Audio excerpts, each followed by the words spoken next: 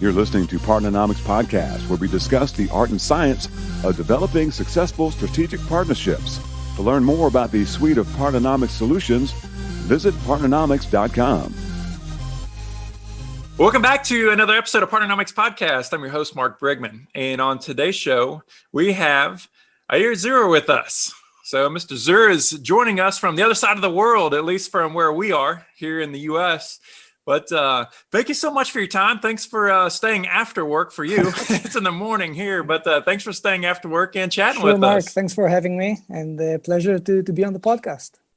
So you are the Director of Global Strategic Alliances at Mondaycom. And really looking forward to this conversation, looking forward to this chat, learning a little bit more about what Mondaycom does, and more specifically, kind of digging into your insights and your experience with within partnerships. But I'd like to ask you to just kind of to kick things off, talk to us about your career and how you got started in this business world, and then how you traversed to become the director of Global Strategic Alliances. Sure, Mark. So first of all, I still want and feel like I'm really young. So talking about my career sounds like I have a lot of gray hair on my head. But certainly, so I studied the business, majoring in finance, and started my career actually working in the stock market industry. And pretty fast, I learned that I need people in front of me and less screens probably. So I did some shifting in my career in the very early days, and started to do some business development initiatives with one of the people I had, a good friend of mine. We were together in a student exchange program in Korea, actually. We really bonded and started doing some different initiatives together. So he was living in Portugal, I was living in Israel. So kind of doing a representation of different companies, Portuguese one in Israel. So Global Renewable Energy, which we represented them here in Israel, and a small startup, which we were kind of the reseller in the European region. So that's basically the early days of my career, after which I founded my own startup along with a bunch of founders. It was in the real estate and technology space. Very exciting times. I think probably the biggest learning curve I had in my career was at that point in time. I spent more than 3 years in this startup. We had some, interesting path that we went through. We built a product from scratch. We raised capital. We did really exciting stuff. And eventually you have a lot of gates which you need to pass through in your startup journey. And at a certain point, we got to a point where we kind of didn't manage to raise the next round.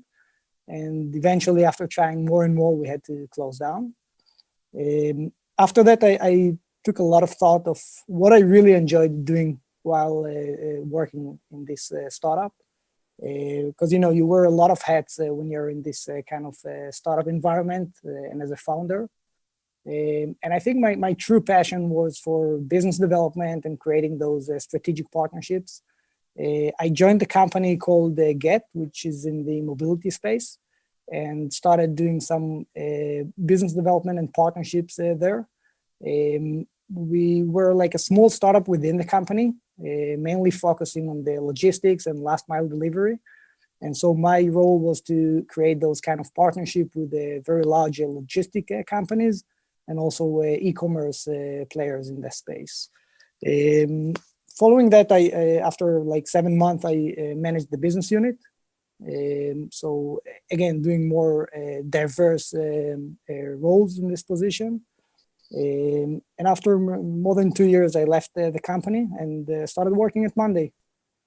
Yeah, I'm interested to know about the number of startups and just how entrepreneurial people are in Israel. It blows my mind. It's like literally the most entrepreneurial country in the world.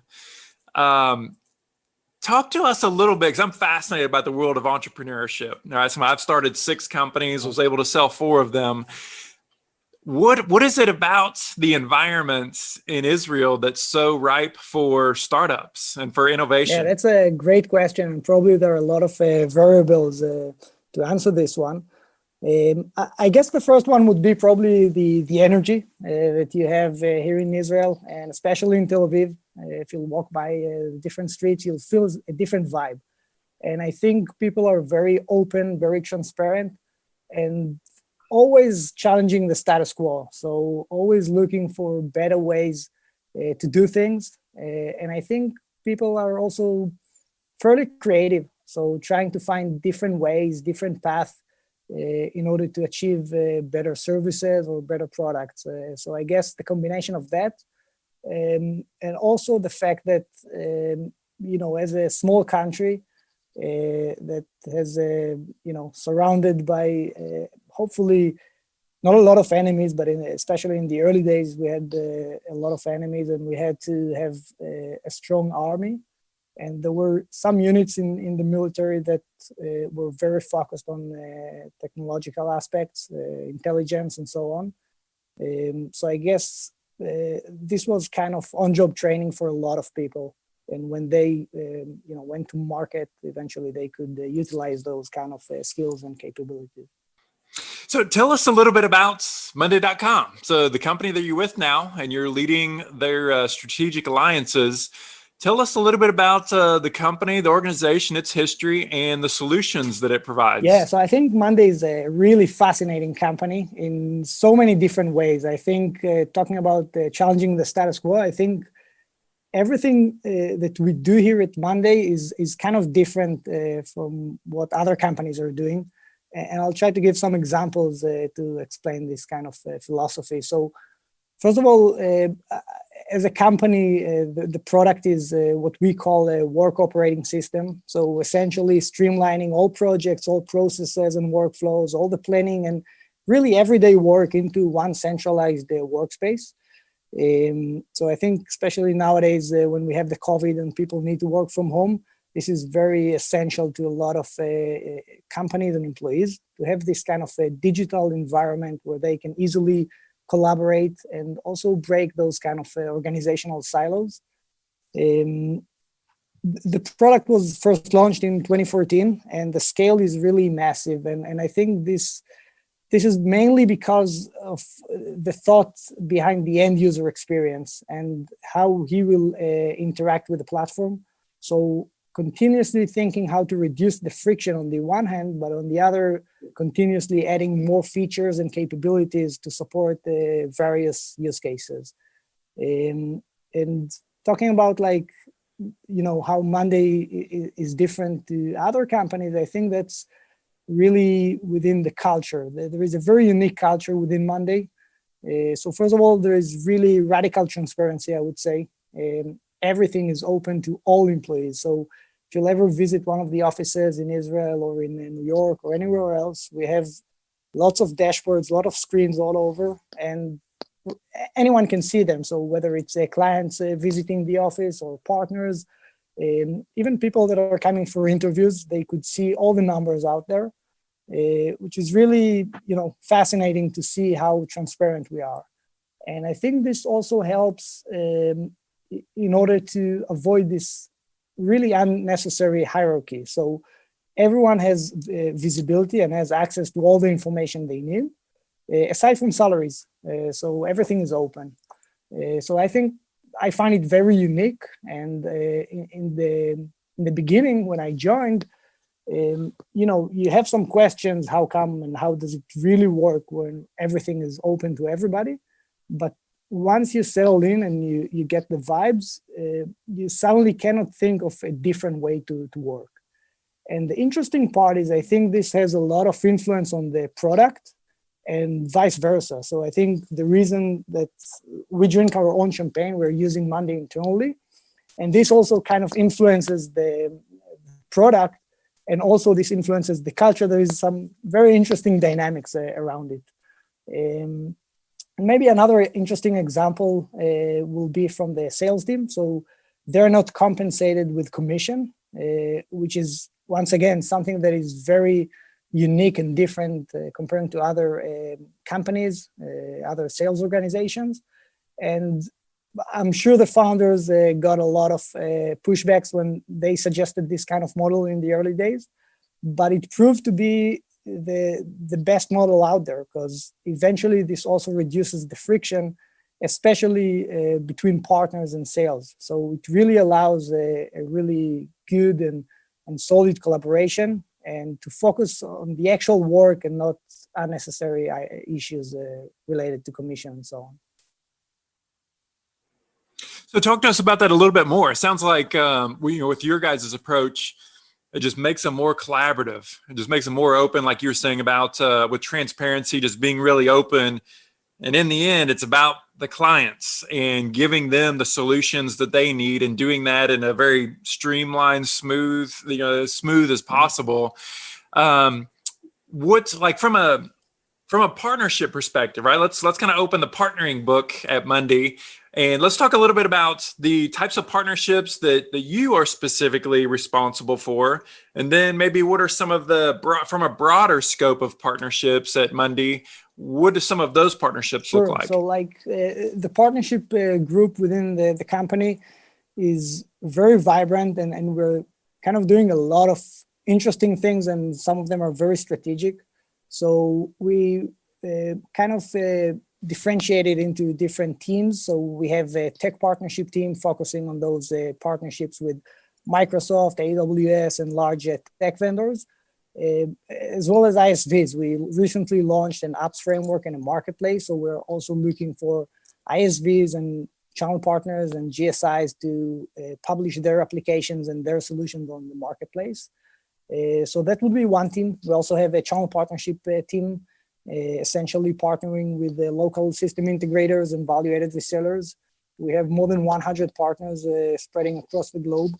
We have a referral program. We have a student program and academic partnerships. And we also have the team which I'm leading, which is the GSIs. So essentially focusing on the global system integrators and creating those strategic alliances with them. In addition to all of that, we also have the training and enablement team, the marketing team, to support all those fascinating initiatives. So let's dig into the working with the GSIs a little bit. Is that something that your team is specifically responsible for? And then what's some recommendations or some of the lessons learned that maybe you have from doing that work? Sure. So in the early days when I joined, we're kind of thinking, what is the kind of segment we want to focus on? And we understood that eventually Monday as a platform, we have the notion of building blocks. So you can assemble different building blocks and shape them to fit different kind of use cases that customers need. And this kind of approach is really a consulting-based approach. So we like to think of, client coming with us with some pain, some challenge. They have their idea of how they want to solve a different problem. They have a flow chart or some kind of a blueprint. And Monday serves as the digital platform to really create any kind of idea that you have in mind and to implement it within Monday. So we thought it would be a smart move to partner with those kind of GSIs, because they do three main things. One is providing the advisory part, and then doing the delivery piece of the business, and also doing the managed services. So those three pillars are really part of what we also do with our customers, but we want to focus on the product side. And we prefer to have the ecosystem around us to do the kind of implementation and the managed services whenever it's required. So I think that was a good decision back then to focus on the GSIs and understand what are their motivations, why would they even bother partnering with a company like Monday, and how we could fit within their current offerings. So we went through a long journey of researching and understanding who we want to partner within the GSIs, because there are a lot of GSIs and we need to segment them in many different ways. And then understand, okay, within those very large organizations, and we're talking about really massive companies, 100,000 employees up until 500,000. And they're very metrics oriented, focusing on the industries on the y-axis and on the different business functions on the y-axis. And where do we fit as Monday, which is kind of industry agnostic. We serve any type of company, from manufacturing to telecom, from media and entertainment to large and small technology companies. So who do we want to talk to? Who do we want to go through this kind of partnership journey together in order to make sure that eventually we will better serve the clients together? So I would imagine that you guys are doing some different tech integrations, different tech partnerships. Can you talk to us a little bit more about, you mentioned kind of the App Store, App Exchange, kind of this platform to go in, but talk to us a little bit about the importance of interoperability or working with other software systems. So you can think of Monday as, you have this kind of a board or a dashboard where you can visualize all the processes and projects you're managing. And we also add some logic behind the scenes. So one of that would be automation. So reduce redundant work and have those automation running in the background. And also we want to integrate with the third-party systems in order to reflect data from those systems into Monday and the other way around. So we do offer more than 15 native integrations, but we understand that eventually within the SaaS world, you have to be as open as possible. So the launch of the apps framework is really mind-blowing, because I think when we had the first internal hackathon and the builders, the developers, the engineers, they showed us what they developed using the apps framework. That was really insane, because suddenly you could see the different areas and domains in which the platform could go, the kind of solutions that now it's possible to build. And when you open the hood and allow third-party developers and other partners to use the platform as the very fundamental layer of the organization, and on top of that, add their logic, add their domain expertise and ideas, and add their solutions, then the scale is really massive. And nowadays we have a lot of applications on the platform, and we're just in the very beginning. We launched the marketplace less than a quarter ago, and we already see the really great impact that it can create. So working closely with the GSIs and having them develop those kind of integrations and applications is really crucial for our progress going forward.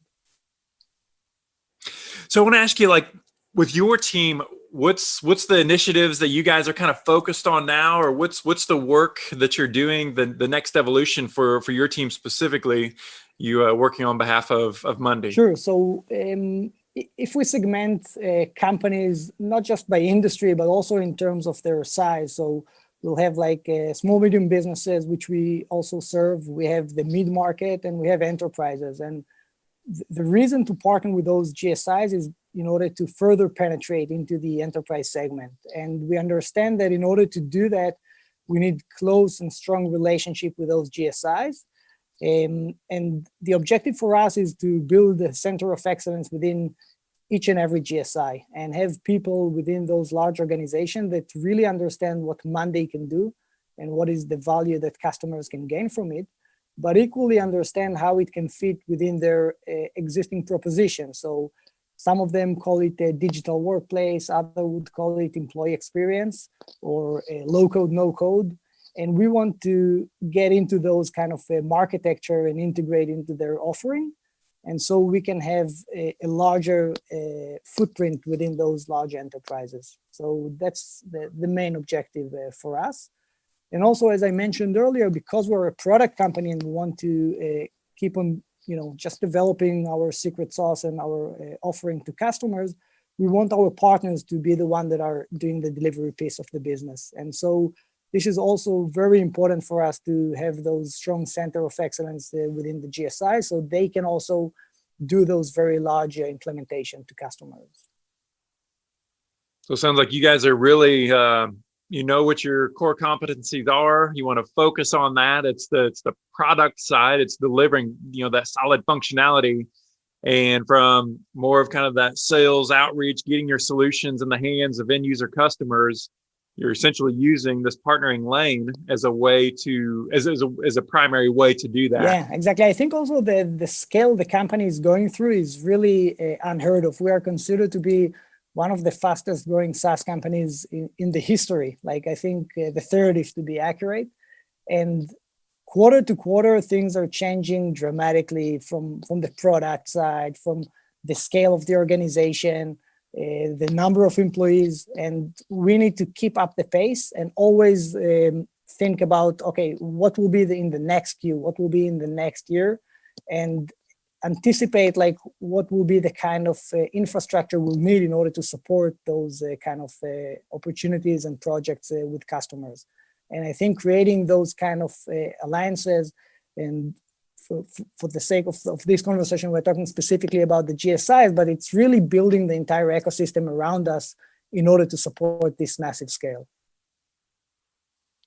What would you say are some of the greatest challenges that you will have as you continue to grow the company? It's growing at a massive rate.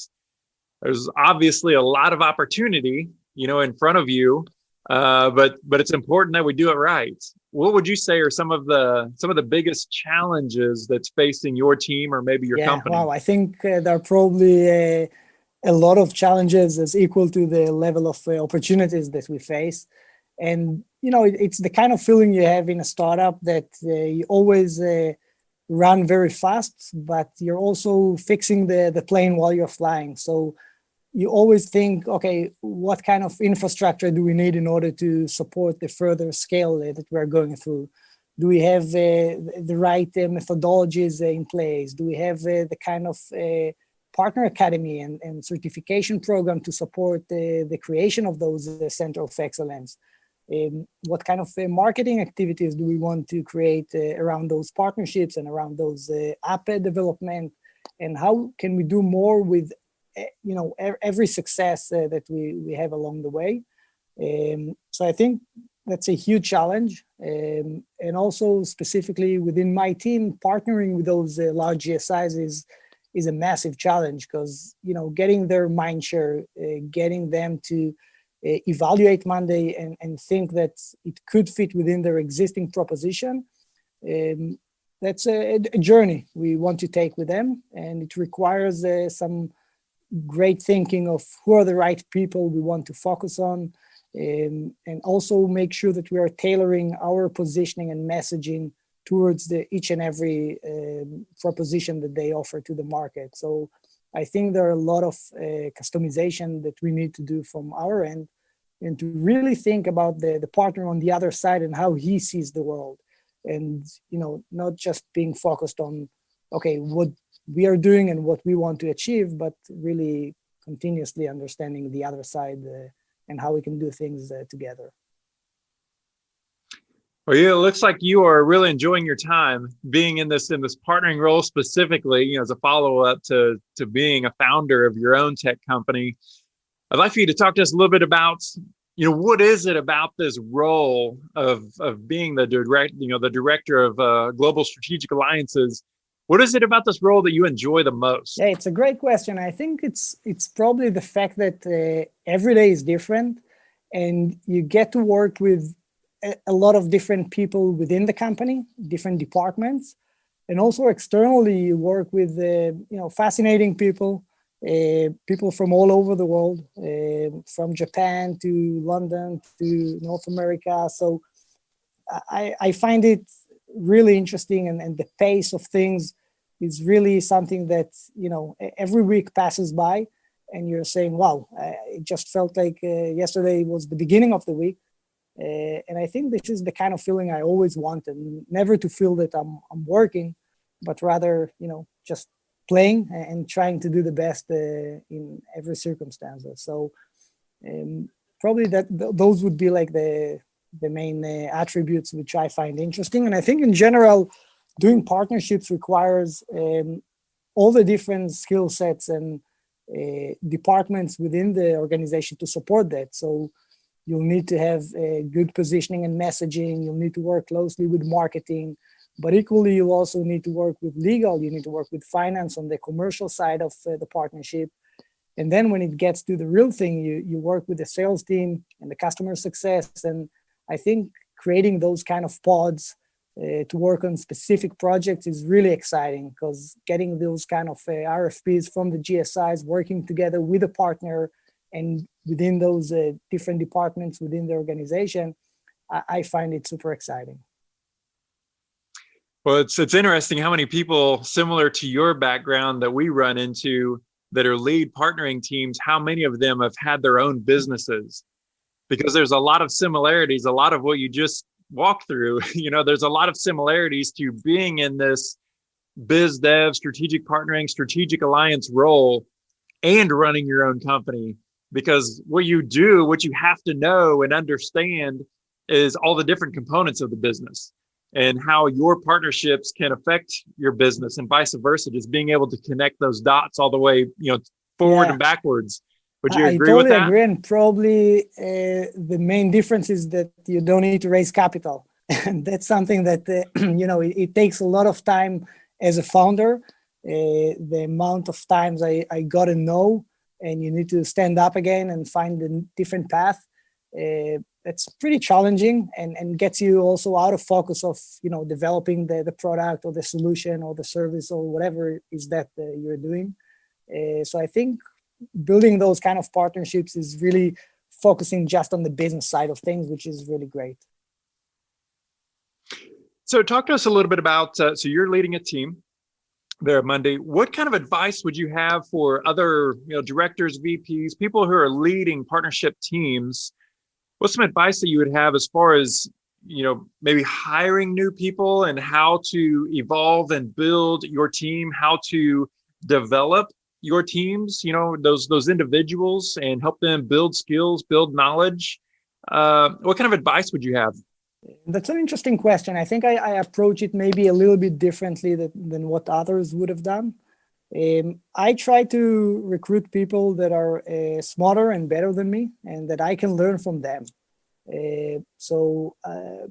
Eventually we're looking also to build a team. And I think that's also something important because we don't want people to create a certain square that they will be part of, and they will have like a very detailed and thought through day-to-day work, but rather have them come see what's going on and bring their own experience and expertise and ideas to the table. And also equally having like a good collaboration within the team, because eventually if we are partnering with those global system integrators, if we have success in EMEA, we want to replicate that in North America and in APAC. So I think working as a team and not just as a bunch of individuals is also very important in my point of view. And that's how I'm trying to build the team.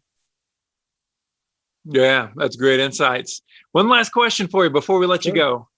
I'd like to just know, what do you see as being the most challenging part of this role in general that that you have as a partnering professional? What's the thing that you find to be the most challenging? I think working with the GSIs, we understand sometimes things that are kind of ahead of the curve. We see the landscape in front of us. We see the massive opportunities that we can go through together with the GSIs, but we need also to draw the line how to get there in a gradual way. And that's sometimes challenging because there are areas in which we have to build the alliance to begin those kind of journeys together. And it takes time, from finding those executive sponsors to building the go-to-market and signing those commercial agreements. But we also look to those kind of, what I say, golden shortcuts, because sometimes we also have those kind of inbound coming in. They're asking us if we want to join some RFP they're doing. And we need to be very selective on those kind of opportunities and also identify what we can get out of those opportunities aside from winning the business, how this can help us to drive those partnerships going forward. So I think also thinking where Monday's heading, what's the strategy, and how do we combine that with those partnerships that we are building. That's also very important to make sure that we are aligned to the overall strategy of the organization. Yeah, awesome insights. Eyal, thank you so much for your time. I appreciate you spending some time with us, staying after work, staying late there in Israel, and sharing your insights with us. But it'll be fun to continue to watch you and watch Monday and see the great things that you guys accomplish into the future. Mark, I enjoyed every minute. Thanks for having me. Partnernomics Podcast is brought to you by Partnernomics. Learn how to leverage the power of partnership. To listen to more episodes of Partnernomics Podcast, visit partnernomics.com.